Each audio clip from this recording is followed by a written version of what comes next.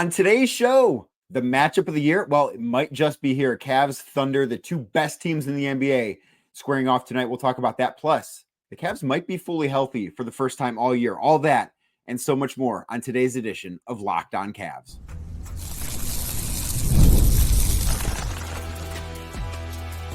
You are Locked On Cavs, your daily Cleveland Cavaliers podcast. Part of the Locked On Podcast Network, your team every day.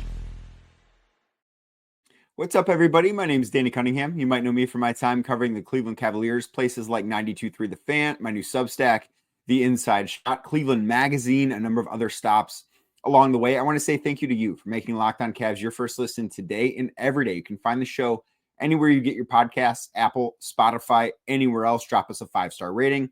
Leave us a nice review. Be a friend. Tell a friend about Locked On Cavs. Make sure you're subscribed. Make sure a friend is subscribed as well. And if you're watching the show on YouTube, do me a favor. Hit that thumbs up button for me. Click subscribe and hit that notification bell so you don't miss the latest Locked On Cavs content. A proud part of the Locked On Podcast Network, your team every day. Today's episode, of course, sponsored by Game Time. Download the Game Time app, create an account, and use code LOCKEDONNBA for $20 off your first purchase. Terms do apply. Also, Locked On Cavs now has a newsletter introducing the Locked On Cavs daily newsletter, your one-stop for ultimate team and league coverage delivered right to your inbox. Sign up for free now at LockedOnDaily.com. That's LockedOnDaily.com, and start your day with the all-new free Locked On Cavs newsletter. The Cleveland Cavaliers take on the Oklahoma City Thunder Wednesday night. It is, to this date, the game of the year in the NBA. I think this is something that is bigger than what we saw this past Sunday when the Thunder played host to the Boston Celtics. And I think this is something that is bigger than when the Cavs were 15-0 and went into Boston, which ultimately was their first loss of the season. This is a game that has some historical context to it. This is the best matchup between an Eastern Conference team and a Western Conference team in NBA history this deep into the season. The Cavs are 31-4. The Thunder are 30-5. These two teams are absolutely bona fide contenders. The game's on ESPN. This game is a big deal. It's a really big deal. I think it's a measuring stick type of performance for the Cavs where they're going to get to see, a lot of the talk about the Cavs, and I think this is unfair, but a lot of the talk nationally about the Cavs can sort of be, well, a lot of the teams that they've played have maybe not been that good or maybe not had their best players all available. They've had an easy schedule. Sure, I get it. That's not fair because the Cavs have just destroyed those teams. It's not as if they're squeaking by in games against teams like Charlotte or, Dallas without Kyrie and Luka Doncic. Like, the Cavs are annihilating these teams. So I don't think that's a fair thing. But Wednesday night against Oklahoma City, without question, I think, is the biggest test that the Cavs have had so far this year. I think this is a tougher test than going into Boston, primarily because of the different styles that the Cavs play compared to the Thunder. We're going to dive into that coming up in segment number 2. But I do want to talk about the magnitude of this game, because while I can sit here and talk about how I think it's a measuring stick game, how I think this is an important game, not only for the Cavs, not only for the Thunder, but really for the NBA as a whole, because there's going to be a lot of eyes on this game. As I mentioned, the historical aspect of it, this is a game that should be treated like it is a bigger deal than just a Wednesday night in January. It's going to be treated like that. And truthfully, it should be treated like that. I should be treating it like that. I think ESPN should be treating it like that. I think media should be treating this game as if it's a bigger deal than just a regular season game in January.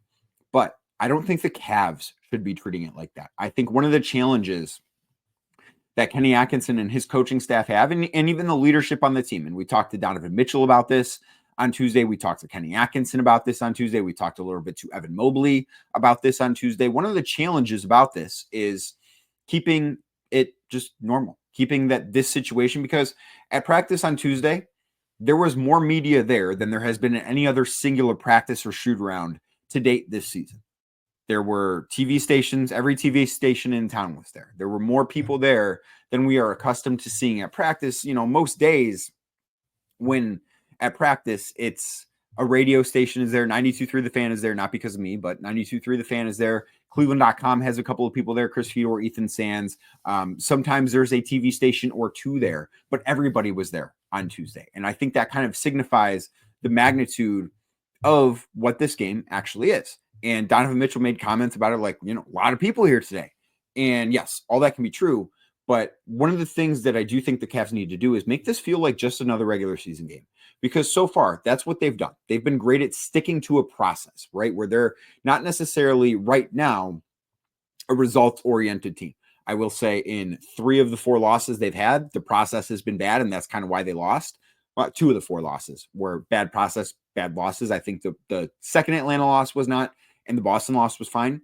But I do think that there's something to making this just feel like a normal regular season game for the team, for the guys inside that locker room. Because if they start to think about this game as something that is bigger than just another regular season game, that's when I think they could start to tighten up. That's when I think they could start to fall into a trap of overthinking things, of trying to go outside of what they've done previously, because what they have done can't be argued with. They're 31-4.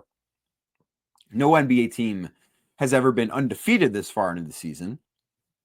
There obviously are going to be bumps along the way. There are going to be hiccups, but what the Cavs have done, the process that they've had so far, cannot be argued with because of the results have been so good. But I do think keeping this game as just another game internally, I'm not saying externally, but internally, I think is really important. I think that this crowd on Wednesday night is going to be awesome. I'm kind of anticipating it to have a playoff type feel. I don't know if it's going to necessarily feel like June inside Rocket Mortgage Fieldhouse, but I don't think it's going to feel like January inside there either. And I think that because it's a measuring stick, it's easy for players to maybe get ahead of themselves, for coaches to maybe get ahead of themselves. And Kenny Atkinson actually admitted that he's done that before. He would not give the specific instance of when that happened before, but I do think that there's a pretty strong indication that that's kind of what happened in Boston, the game the Cavs lost to their first loss of the season, where, he kind of wishes he would have done things a little bit differently. Now, he wouldn't confirm that was the game. He kind of no commented at that when he was pressed by Chris Fedor of Cleveland.com about that.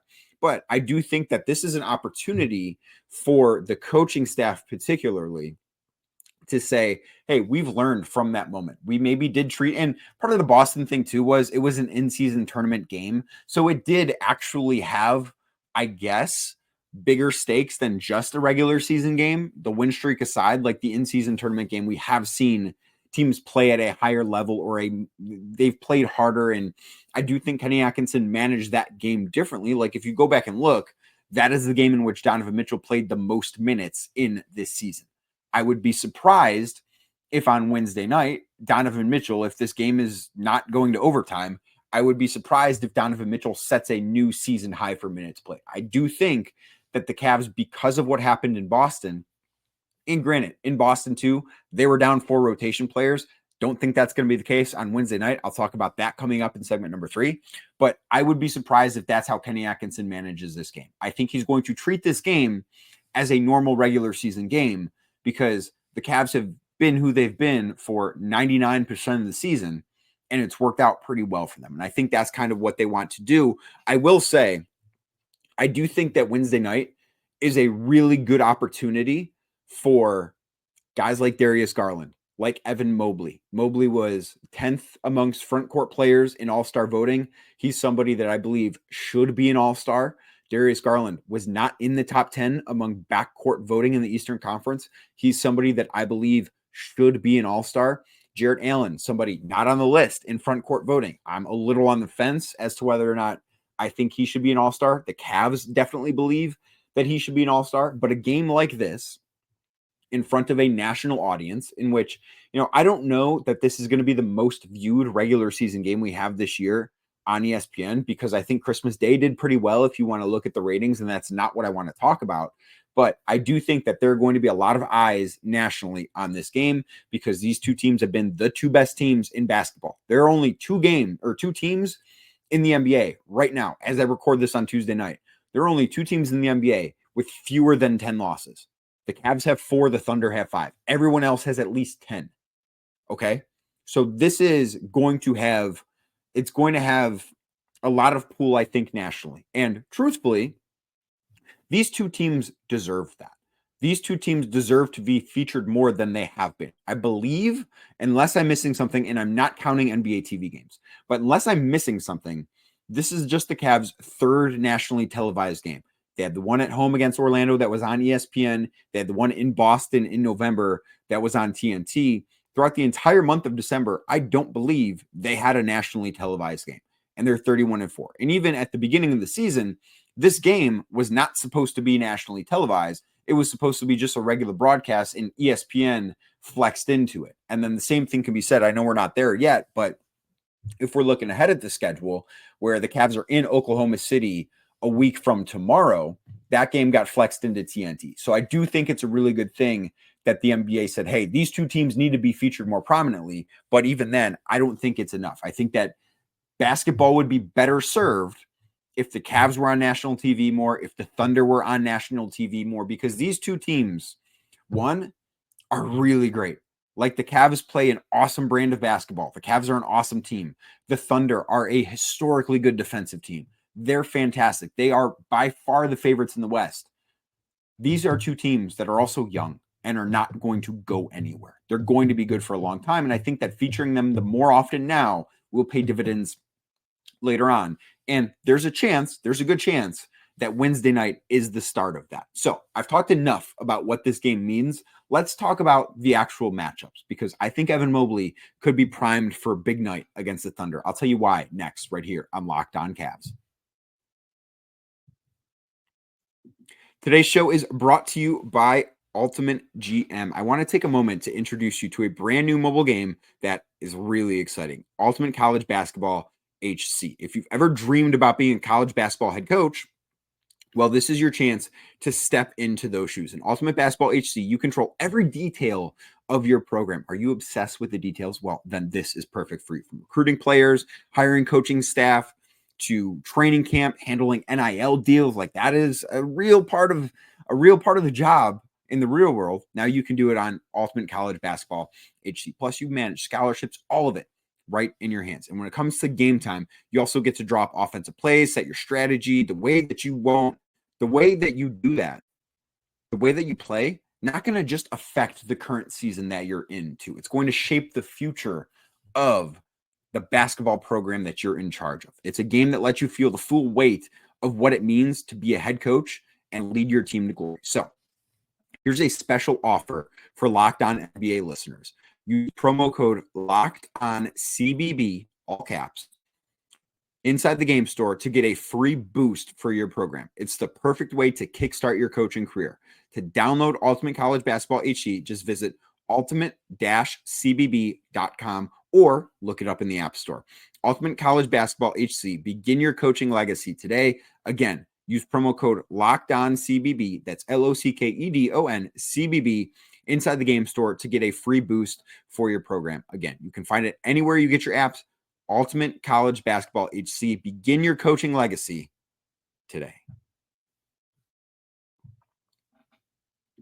Thank you again for making Locked On Cavs your first listen today and every day. Like I said at the top of the show, you can find us anywhere you get your podcasts, Apple, Spotify, anywhere else. Drop us a 5-star rating. Leave us a nice review. Be a friend, tell a friend. Make sure you're subscribed to Locked On Cavs. Make sure a friend is subscribed to Locked On Cavs as well. So Thunder Cavs means a lot to us. I don't know that it means as much to the guys on the individual teams, but it means a lot, I think, to the NBA world.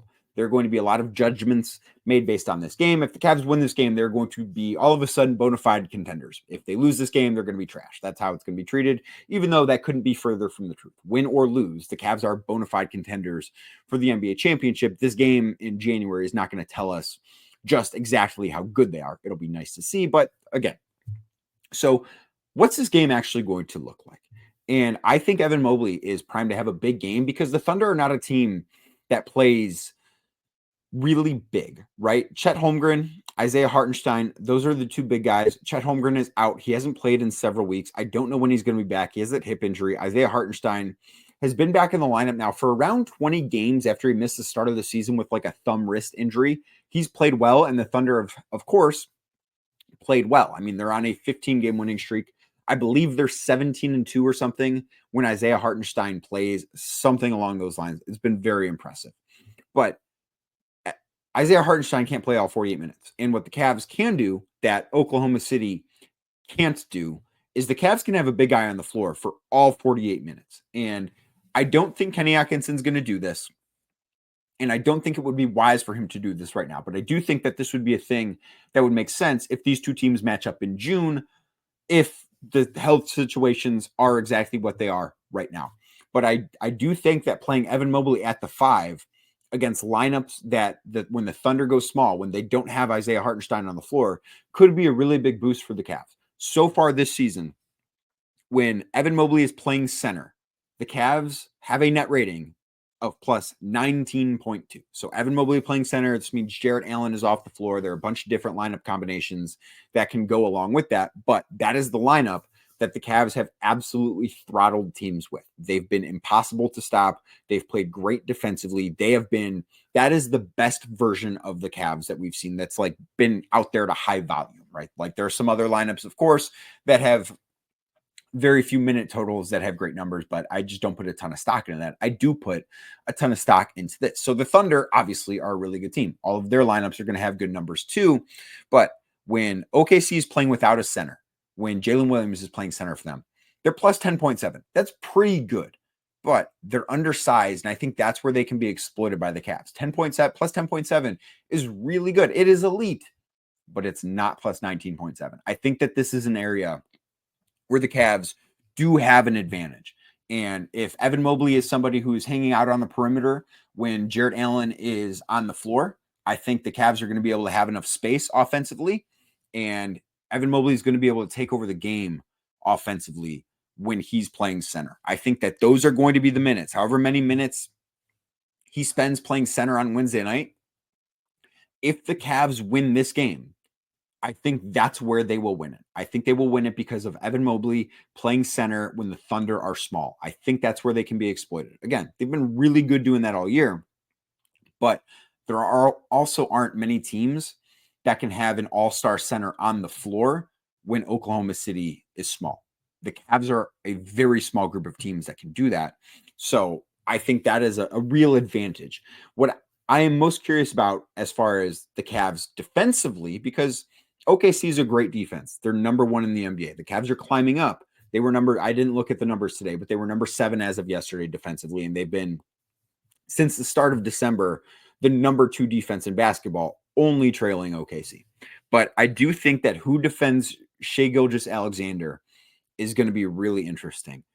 There's a chance Isaac Okoro is back. I'll talk about that coming up in a little bit. But for the sake of this conversation, because we don't know, I'm not going to include him in it. But does Dean Wade defend Shai Gilgeous-Alexander? I don't know. I would imagine he stays in the starting lineup for this matchup because it gives the Cavs some additional size. Like when Isaiah Hartenstein is off the floor, Dean Wade would be the biggest guy. Like he would be the second biggest guy the Thunder have as Chet Holmgren is out. That would be in the rotation. So does he defend Shai? He's done a good job, I think, for the most part, defensively this year. That's what he's been best at because the shooting, truthfully, has come around lately. Like Dean Wade has been a much better shooter as of late than he was early in the season. But defensively, he's been there the whole time. Does Max Strus get a crack defending SGA? Or, as we've seen, and Kenny has not talked about this for a little while, but as we've seen, the Cavs not wanting to hide Darius Garland defensively. Does Darius Garland get the assignment defending Shai Gilgeous-Alexander?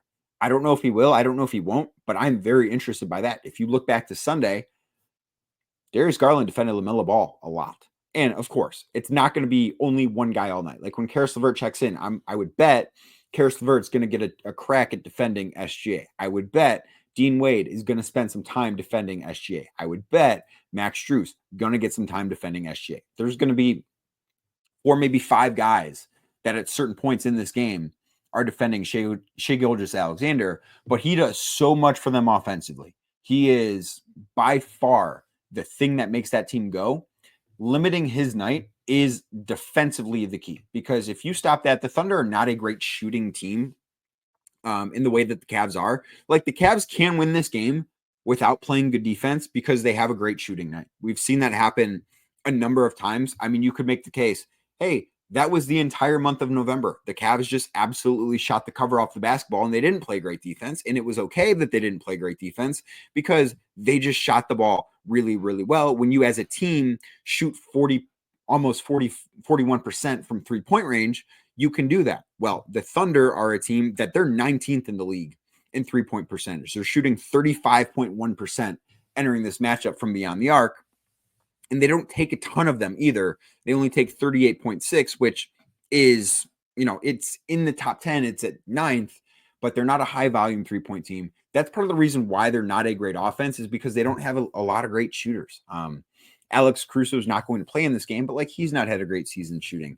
Shai does just about everything for them offensively. So you don't need to listen to me to say, oh, slowing down the MVP candidate, a really big deal. Of course it is. But what direction the Cavs choose to go in terms of who they want defending him, I think will be a really interesting subplot of this game on Wednesday night. Another interesting subplot. Well, the Cavs might be fully healthy for the first time all season. Yeah, it's January 8th, and they might have their whole roster. We'll talk about what it means next right here on Locked On Cavs. Today's show is brought to you by Game Time. I love going to live events. Of course, I talk about them all the time. I'm at live events all the time. When I'm not using a credential to be at the Cavs game, you know where I'm getting tickets. I'm doing that at Game Time, whether it's sports, music, theater, comedy, whatever you want to go to.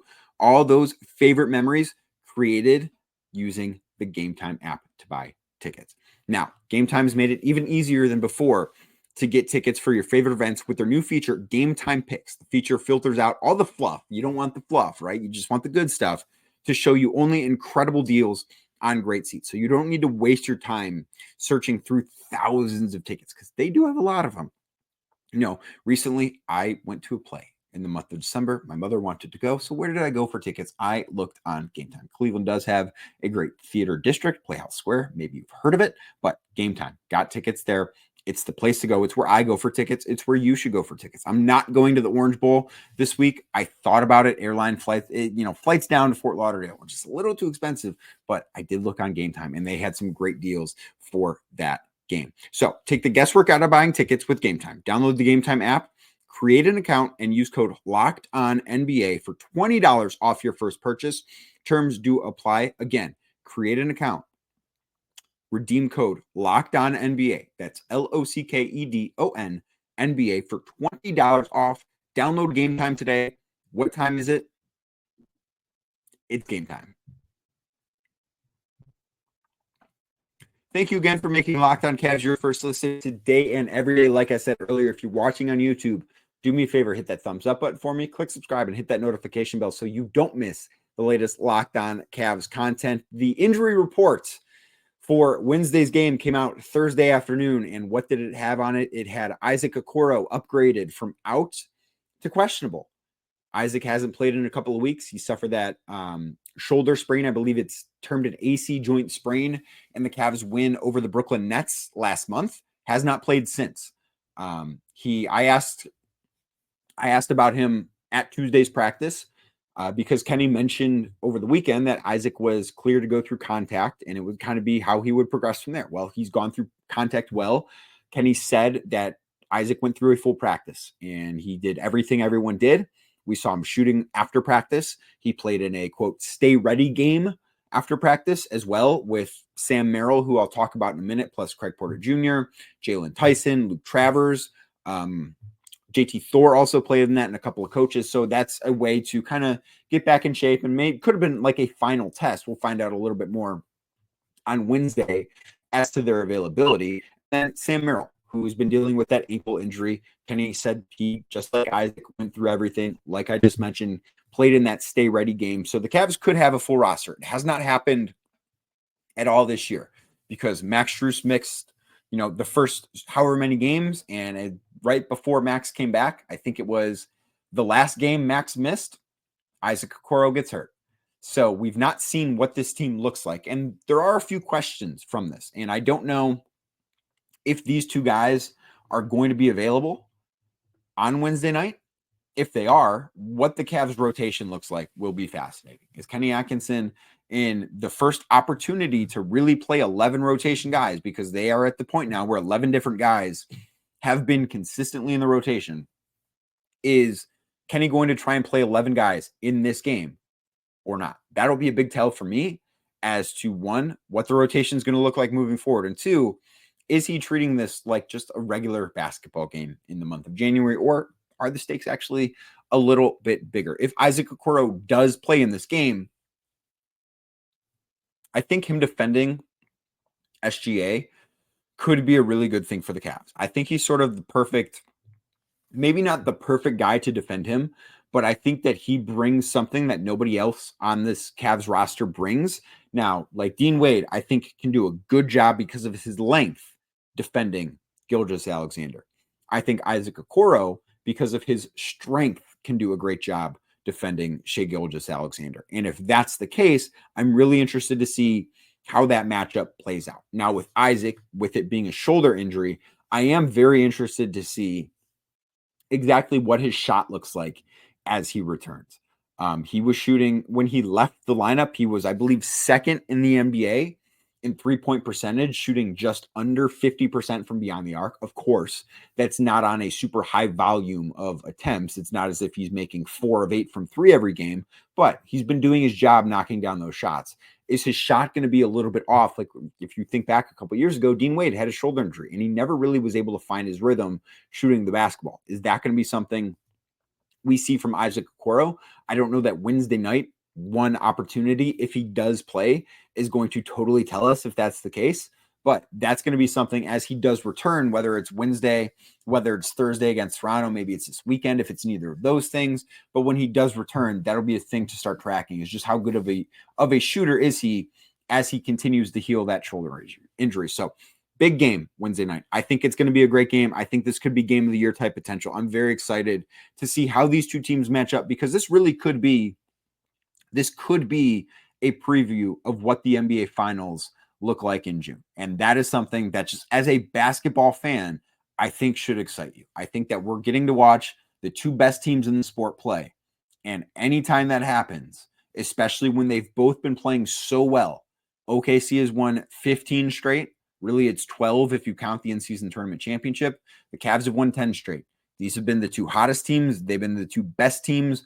I think Wednesday night is going to be awesome. And, of course, as you can imagine, I'll be back first thing Thursday talking about everything that happens on Wednesday. So, like I said earlier, thank you for making Locked On Cavs your first listen today. Thank you for making Locked On Cavs your first listen every day. You can find the show anywhere you get your podcasts, Apple, Spotify, anywhere else. Drop us a 5-star rating. Leave us a nice review. Be a friend. Tell a friend about Locked On Cavs. And if you're watching the show on YouTube, make sure you hit that thumbs up button for me. Click subscribe and hit that notification bell so you don't miss the latest Locked On Cavs content. I'll be back tomorrow talking about Cavs and Thunder.